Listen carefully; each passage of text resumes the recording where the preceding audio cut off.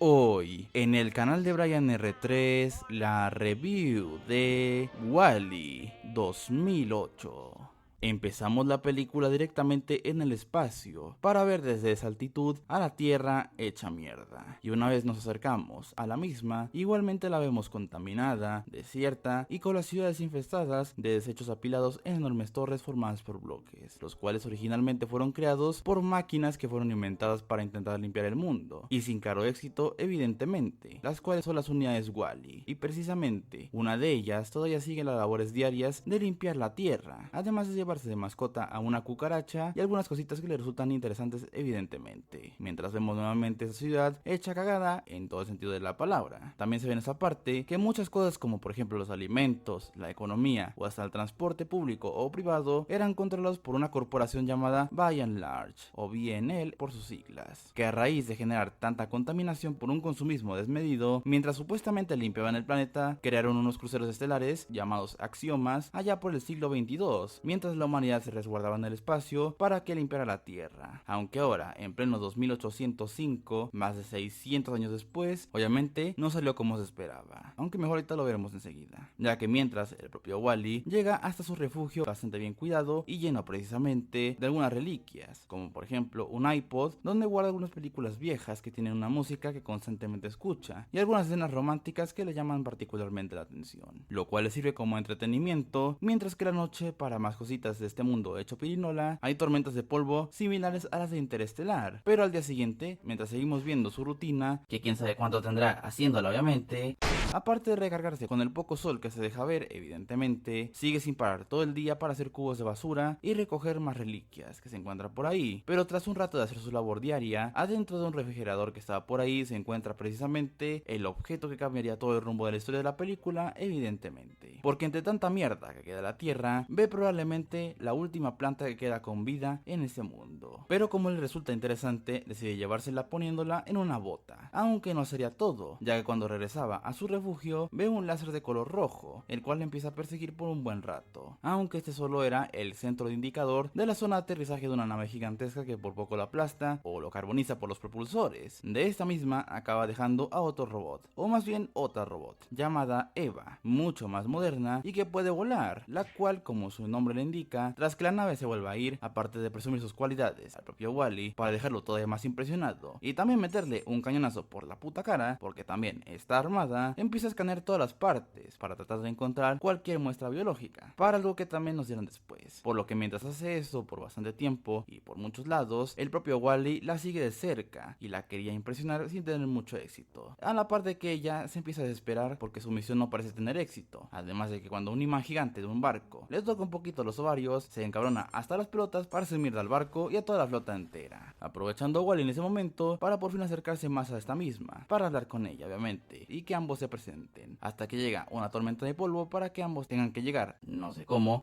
hasta el refugio de este, para mostrarle varias de las cosas que tiene por ahí, como sus películas, para luego que esta, por imitar los movimientos que hace WALL-E, por poco lo haga mierda, aunque solo le rompa uno de sus lentes, para después confirmarnos que pues este ya se enamoró de Eva, y este mismo también precisamente decide enseñarle la planta que encontró, y al escanearla como esta sí era una muestra biológica, la recoge y se pone en modo de espera, lo cual hace que WALL-E intente de todo para que despierte, pero al no lograrlo, decide mejor llevársela de paseo por ahí como si fuera una cita, pero tras un tiempo parece mejor resignarse para seguir con sus labores porque no pasa nada, hasta que nuevamente ve que la nave de antes regresa por la misma Eva que había dejado en el techo de su refugio por la puta cara, y como no pretende que se lleven asomada evidentemente, muy por los pelos se consigue subir a la superficie de la nave y quedarse enganchado para ahora sí salir del planeta y recorrer el espacio para contemplarlo y quedarse maravillado evidentemente. No sé cuánto recorren exactamente, pero tras un tiempo llegan hasta uno de los axiomas y una vez adentro sigue de cerca a Eva, que como vimos al haber obtenido la planta se la van a llevar a otra parte, recorriendo todo el axioma lleno de más robots para múltiples utilidades, sobre todo para todos los tripulantes de ese lugar que están sumamente obesos, pero ojo, no por la mala alimentación como muchos creen, sino por básicamente una combinación de que al tener a su disposición sillas para transporte y comunicarse entre ellos sin tener que caminar, comida en jodidos fluidos vasos y también básicamente ninguna actividad física, además de la microgravedad del espacio después de más de 500 años viviendo en el mismo, pues es por eso que están así, absolutamente todos, hasta el capitán de la nave, que realmente está más adorno, porque quien realmente comanda la nave es otro robot llamado Auto, porque el capitán solamente controla el tiempo y da mensajes a la tripulación. Pero después de más de 700 años esperando una respuesta, una de las EVA trajo resultados positivos de supuesta habitabilidad de la Tierra, y entonces ya podrían regresar a la misma. Pero al hacer la comprobación manual, de repente la misma, quién sabe por qué, no está, creyendo estos que fue un error y que fue simplemente una falsa alarma. Además de toparse con Wally, por lo que decide mandarlos a reparar y a lavarlos a otra sala lleno de robots defectuosos, aunque lo que hacen es una reparación común y corriente sin ningún tipo de maltrato a estos mismos. Por algunos malentendidos y ver otra cosa que no tiene nada que ver, Wally piensa que le están haciendo algo a Eva, utilizando el cañón de esta por error para no solamente liberar a todos los robots defectuosos, haciéndolo un ídolo entre ellos básicamente, sino que también alerta a la seguridad y ahora los hacen también fugitivos, escapando por poco hasta llegar a una de las cápsulas de escape para mandar a Wally de vuelta a la Tierra, por todas las cosas que provocó evidentemente. Aunque esto le sirvió un poquito como conveniencia para darse cuenta de por qué Eva no tenía la planta con ella, ya que mientras la transportaban, aunque no se ve claramente, este robot de seguridad agarró la planta y ahora la mete en la misma cápsula donde justamente se va Wally, adentro de la misma por error, aunque no es pilotable y está programada precisamente para autodestruirse, aparentemente explotando junto con esta, pero no sé cómo carajo consigue escaparse de la misma junto con la planta en su interior evidentemente, lo cual la pone tan contenta a Eva para darle un pequeño toque eléctrico, que para los robots básicamente es equivalente a un beso. Y mientras estos mismos están dando un paseo y baile rodeando al Axioma como parte de una de las escenas más icónicas de esta película, pero tras dejar a este robot afuera del espacio por la puta cara, mientras se van escondiendo, Eva va con la planta hasta la cabina donde está el capitán, el cual se estuvo todo ese puñetero tiempo investigando sobre la Tierra y la humanidad del pasado, para demostrarle la planta y de paso medio decepcionado, viendo cómo la Tierra está en la actualidad a través de las grabaciones que tuvo la propia Eva, dándose cuenta de que no salió todo como tenía que salir, y que también Eva se dé cuenta de lo que pretendía hacer Wally, es lo que estuvo haciendo mientras ella estaba en modo espera, que precisamente al no poder esperarla decide trepar por todo ese ducto de basura hasta la cabina, pero precisamente el capitán ve que lo mejor es que, aunque la Tierra esté hecha mierda, lo mejor obviamente es volver para salvarla, aunque comete el error de decirle todo a Auto, ya que este es tan reacio a que se active el protocolo de recolonización, ya que hace bastante tiempo la propia BNL informó a todos los autos de cómo se rindieron en sus intentos para restaurar la Tierra, y básicamente que lo mejor era cancelar todos los planes para regresar y seguir en el espacio para siempre. Pero como dicho mensaje fue enviado hace 7 siglos, el propio capitán insiste en que es mejor intentarlo a seguir haciéndose pendejos en el Axioma, algo que obviamente no entiende el propio Auto, pues decide amotinarse y aventar la planta a la basura, rescatada in extremis por el propio Wally, que había llegado justo a tiempo. Pero pues antes de regresárselas, Auto le mete una descarga eléctrica para dejarlo caer por todo el contenedor. También desactiva de paso a Eva para también tirarla por ahí y también dejar encerrado al capitán para tomar control completo del Axioma obviamente. Una vez en la zona de desperdicios, una especie de versiones gigantes de unidades Wally los forman en cubo de desperdicios a ambos, no yéndose al espacio de milagro porque un robot que estaba persiguiendo a Wally para limpiarlo se atora en la puerta para salvarlos, aunque ese mismo sigue hecho cagada evidentemente por toda la descarga que le quemó los circuitos. Pero lo más importante para este es salvar al mundo para llevar la planta hasta donde necesitan, por lo que además de reunirse con todos los robots defectuosos, el capitán no sé exactamente cómo carajo se comunica con estos para decirles que básicamente vengan con él, con la planta, además de también trolear de manera muy XD a Auto y empezar a forcejear con este, aprovechando al mismo capitán que pesa un huevo para activar el contenedor de la planta y de paso también iniciar el protocolo de recolonización para que todos los tripulantes se vayan hacia la piscina principal, para que se enteren un poquito bastante de la lucha que trae el capitán contra Auto. Entre medio se acaba volteando el Axioma un poquito porque sí, provocando algunos ligeros contratiempos, que son evitados por Wally, porque básicamente evita que se cierre el contenedor y básicamente queda aplastado, obligando al capitán a ser el primer humano en seguramente un huevo de tiempo en usar sus propios pies para caminar y seguir peleando contra Auto, logrando desactivarlo y ponerlo en modo manual para retomar el control de la situación evidentemente, llevar la planta hasta el ducto y sobre todo sacar a Wally todo aplastado y hecho mierda, empezando de paso el viaje que dura muy poco, en segundos, hasta la Tierra, para estacionarse en los antiguos soportes que milagrosamente soportan todo el peso del Axioma sin mayor problema, el cual obviamente se acaba acoplando, llegando Eva hasta el refugio para, entre tantas cosas que tiene este mismo, recuperar los suficientes materiales para repararlo y que sí sea exitoso, aunque sin ningún recuerdo de todo lo que hizo al restablecerse saltándose la configuración de fábrica por haberle cambiado casi todas las piezas evidentemente, lo cual obviamente no se iba a quedar así, ya que en otro beso robótico, de manera muy XD, consigue regresar a la configuración de antes, exactamente no sé cómo.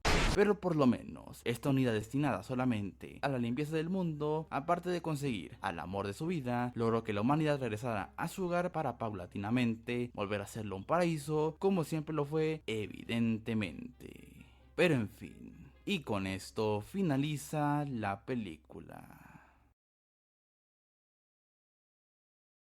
Después de casi 2 años regresamos a hacer análisis a una película animada, para descansar un poco de los live action y precisamente a una de mis películas favoritas dentro de las tandas que hay de Pixar, que son buenísimas casi todas, que realmente casi no tienen ningún aspecto negativo o que pudiera mejorarse, sino de tantas cosas que hay dentro de esta auténtica obra maestra, que pues vamos a ver qué tantas cosas hay precisamente en esta parte final de la review. Por lo que ahora sí, para no extender tanto esa review, que va a ser un poquito más corta desde lo que venía haciendo desde que regresé, pues empecemos con el análisis final por los típicos apartados, el guión, su estructura y demás cosas relacionadas obviamente. Aunque esta película sea dirigida principalmente a un público joven, se toman temas un poquito importantes y de una manera entretenidamente útil para que sea perfectamente disfrutable para un público adulto y que se capte bien el mensaje ecologista, sumado a que pues aunque evidentemente no es el más original, el añadir parte de dicho mensaje, una historia con toques de comedia romántica, muy al estilo Pixar, sumada a la ciencia ficción que se muestra, es lo que la hacen única en cierta medida, no contando con casi ningún error, más allá de las típicas conveniencias ligeras como las del final y alguna que otra por ahí, pero que perfectamente pueden ser omitidas ya que no afectan a la calidad de la historia ni su disfrute evidentemente. Tal vez el ritmo sí es lo que se apresuró bastante a partir de 3/4 de la misma historia, principalmente porque la película de la hora y media no podía pasar, pero de todas maneras, salvo sus ligeros detalles, por todo lo demás este apartado, que repito, no es el más original, al tener un sello tan característico y la mezcla de géneros cinematográficos de manera muy amena, es lo que lo hacen de lo mejor que tiene la misma, obviamente. Igualmente eso se traslada a los personajes, los cuales, aunque son realmente pocos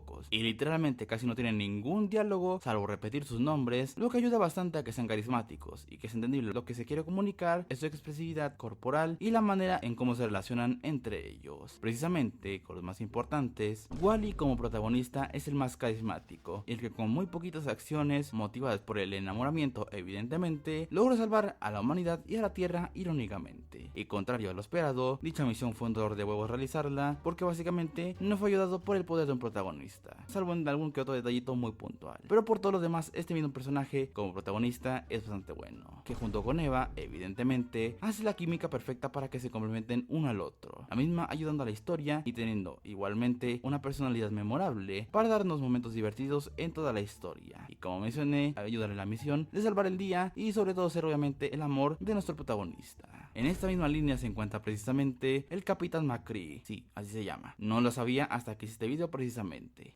Demuestran parte de la decadencia que sufre la humanidad por estar 7 siglos en el espacio exterior, pero que igualmente fue un pilar fundamental para salvar a la humanidad y a la Tierra precisamente, con sus ideales que fueron cambiando para ver la importante misión que tuvo y luchar por ella, además de agregarle un toque cómico a la historia, que no está nada mal evidentemente. Por último, el villano de la historia, Auto, se me hizo un poquito bastante desperdiciado. Su figura muy pero muy similar a HAL 9000 y ser una inteligencia artificial que igualmente vela por la supervivencia de la humanidad, aunque no sea de la mejor manera, es lo que sí le da ese toque característico de antagonista, pero al no aparecer tanto como yo esperaba, es lo que le hace que no sea tan icónico como otros villanos de la misma línea, además de ser vencido literalmente por no saber montar un motín en condiciones. Pero pues al igual que el resto de personajes, aunque no tan bueno, sigue siendo de los puntos más recordados de esta película y ciertamente carismático. Y aunque más allá de estos, el resto de personajes solamente están para cosas muy puntuales,